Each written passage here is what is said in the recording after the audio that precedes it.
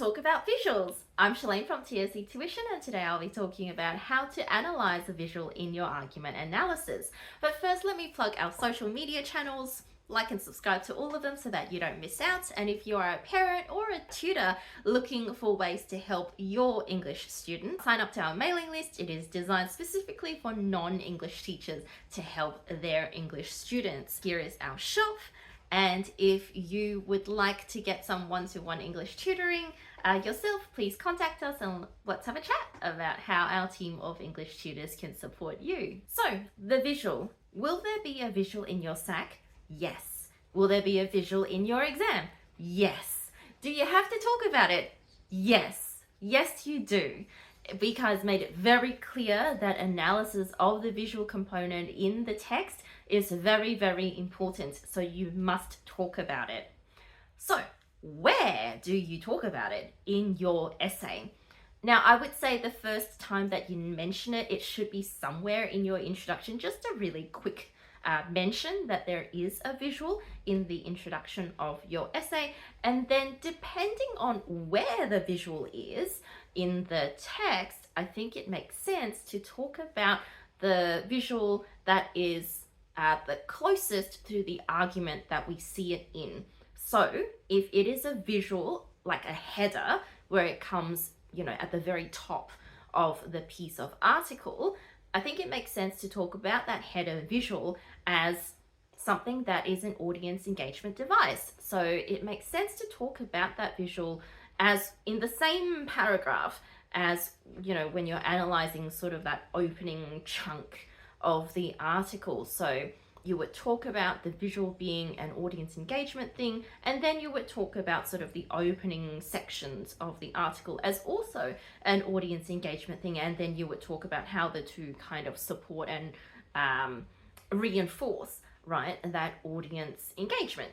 If the visual comes further down in the article, like maybe this article is like 2 pages long and the visual is sort of somewhere around the bottom of the first page or the top of the second page, I think it makes sense to talk about the visual in the context of the arguments that we see it closest to, right? So you wouldn't necessarily talk about this middle visual, right, in support, say, of that opening sentence where it's mostly audience engagement. You'd probably talk about that visual in the same paragraph as when you're analyzing an argument that's sort of related to the visual. So I think you want to be strategic and be smart about where you talk about and that visual, you want to tie it with something that it is physically close to or visually close to.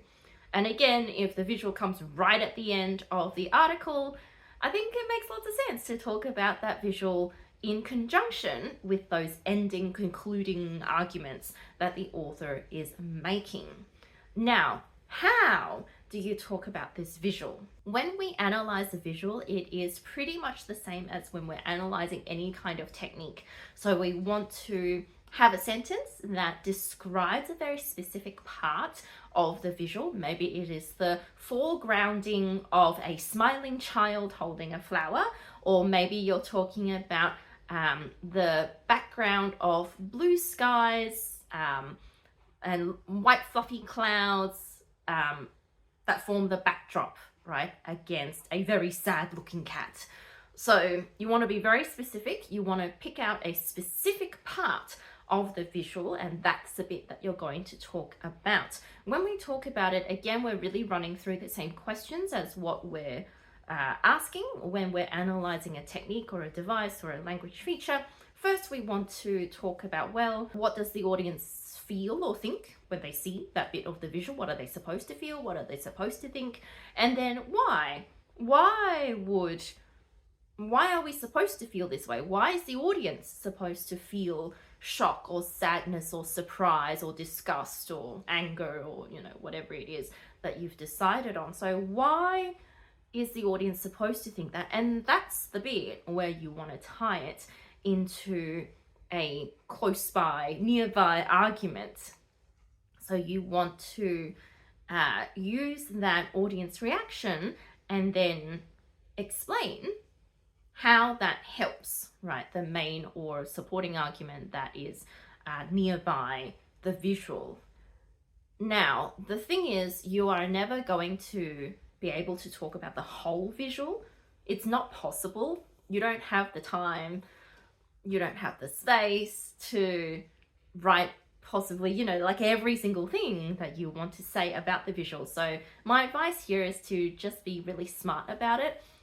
Don't talk about a part of the visual if you can't tie it to a nearby argument, because that analysis part is going to be really hard to write. Instead, pick out bits of the visual that you can definitely tie to a nearby argument, because then that gives you that opportunity for further analysis and to show to your teacher or your examiner that you are very in control, right, of the analysis, that you know exactly what the author or the creator of the text is doing in using this visual in the place that they have put it. So I hope that was helpful. Again, make sure you like and subscribe to all of our channels, and I'll see you in the next video.